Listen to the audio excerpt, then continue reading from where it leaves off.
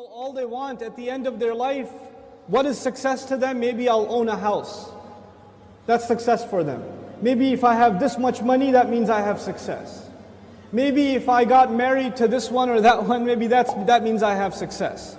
But I go back to what I started with. There are some people who are happy with doing just the minimum. Just the minimum. But I am here to tell you, the young people in the audience today, Allah has blessed you, and I am telling you, He expects great things from you. He does not expect the minimum from you.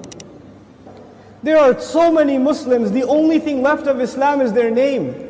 That's the only thing left. They don't care about salat, they don't care about halal and haram. They're far from this deen. What can I do to further this deen? What can I do I shouldn't just be happy that so many people come and attend Jumu'ah. Does that mean everybody's heart is clean? Does that mean that we don't need any more reminder? Is that what that means? Or are there evils in our society? Are there youth that are turning towards drugs? Are there young people that are just living their life for no purpose? All they do is play video games and watch movies and go to sleep.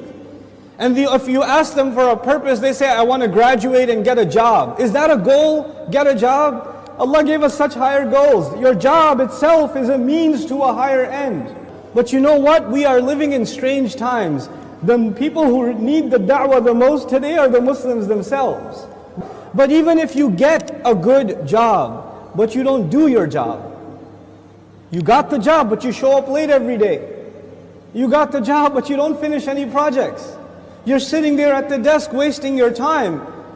You're going to lose that job. Somebody else will come and do it for you. You will not keep that job even if you qualified. Qualifications are not enough.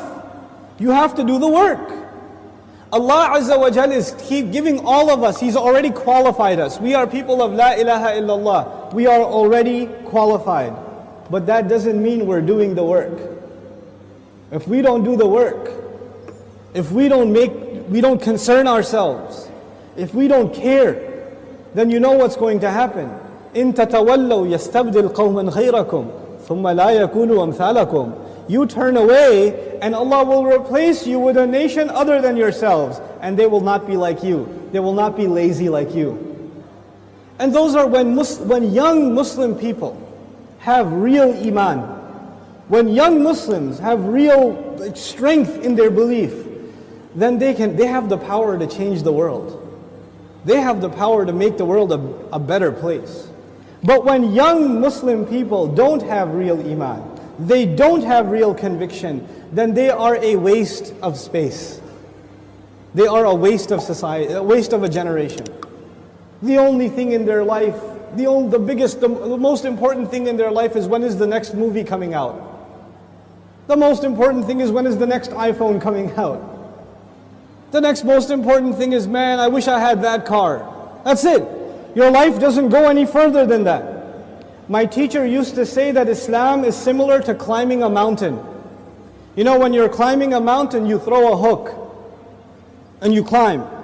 If you throw a hook not very high, then you will only reach that much. You can't reach any further.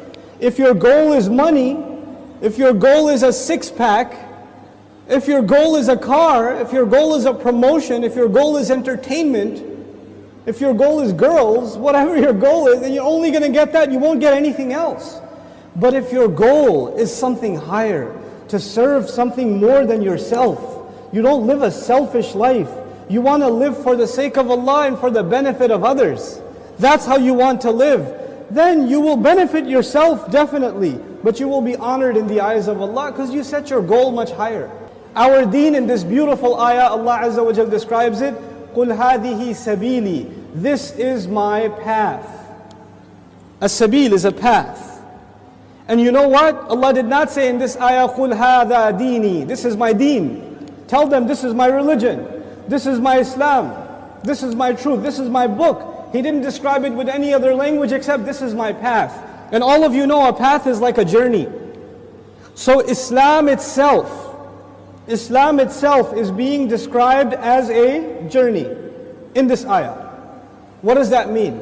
That means in any journey you have to make progress, right? So even if you take one step, you are more closer to your destination than the day before. or the step before. Every single moment you are making progress in a journey. And in this ayah, Allah's Messenger says, sallallahu alayhi wasallam, this religion of mine and this religion of yours and ours, Islam, is a journey. Which means I am supposed to do something more for this deen than I did yesterday. And I'm supposed to do more tomorrow, and more tomorrow, and more tomorrow. I'm supposed to go further. Kalla. No, no, no. Then he comes back to the Quraysh. بَلْ تُحِبُّونَ الْعَاجِلَ. You people love to rush. All of you people. The Prophet is rushing to memorize Qur'an, but you people love to rush to get to the things you want. These petty temptations of yours. وَتَذَرُونَ الْآخِرَةَ. And you cast away the akhirah. You leave it behind. This is afterthought for you. وُجُوهٌ يَوْمَئِذٍ نَاظِرَةٌ. Some faces on that day are going to be lit up. This is wujuhun nakira, even though it's a mubtada of a sentence, which is not the norm, which is to magnify these faces. Look at these faces. There are some faces, some special faces on that day, they're going to be lit up. They're going to be, hasana, mushriqa. They're going to be lit up. Ila rabbiha nadhira. Allahumma ja'alna minhum. They're going to be looking towards their master, staring towards him. Nadhira. Nadhara, yani an yara shay'an, or an yubsira shay'an limudda. Nadhara. To stare at something. To not take your eyes off of something. This is nadhara. They're going to be staring at Allah Azza wa Jal. وَوُجُوهٌ يَوْمَئِذٍ بَاسِرَةٌ. And there are faces on that day that are going to be just covered in sadness. Extreme sadness. شَدِيدَةُ الْكُلُوحَ وَالْعُبُوسِ. These faces are going to be so extreme in their gloominess and their sadness. تَظُنُّ أَن يُفْعَلَ بِهَا فَاقِرَةٌ. They're going to be convinced that any moment now, a great catastrophe is about to fall upon them. Faqira. A great catastrophe is going to fall upon them. Somebody like in the dark, and they hear a loud sound, and they don't know where it's coming from, and it's going to attack them, and they don't know they're just like in that terror. That's the look they have. Kalla idha balagat at-taraqi. Okay, so that's Judgment Day. Well, let's talk about how you get there. They say there's some attribute it to the Prophet ﷺ, others attribute it to Sahaba, but it's a very common phrase in Arabic. They say, Man mata faqad qamat qiyamatuhu. Whoever dies, his qiyamah has begun. Surah Al-Qiyamah ends with, when does your qiyamah begin? When does my qiyamah begin? It began with Yawm al-Qiyamah. But our qiyamah, well, qiyamah comes from the word qiyam. Qama yaqumu. What does qama yaqumu mean? Our qiyamah begins when we can't stand anymore. Our qiyamah begins when we lie down. SubhanAllah. Our standing begins when we no longer stand. The irony of it. Allah says, Kalla, no. إِذَا بَلَغَتِ التَّرَاقِي. When it, meaning the nafs, the ruh, it reaches the hayat, life, it reaches the end tip, the top of the chest. It gets over here. You can feel it leaving. The train is leaving the station. وَقِيلَ. And then it is shouted, Man raq. Any doctor out there, any physician, anybody. And qila, lam yaqul qala. Qal qila. It is said. It's not just said by that guy. His cousin, his mother, his daughter, his son, his wife, everybody's screaming, Doctor, doctor, doctor. وَظَنَّ. And he came to realize, it's settled in on him, أَنَّهُ الْفِرَاقِ. It's time to part. He's looking around at his family, everybody else is crying and screaming, get the doctor, and he realizes this is the last time he's seeing them. It's time to go. He realizes also, he's looking at his body and he's saying, it's time to part my body. This is no longer mine. My soul's going to be taken out of here.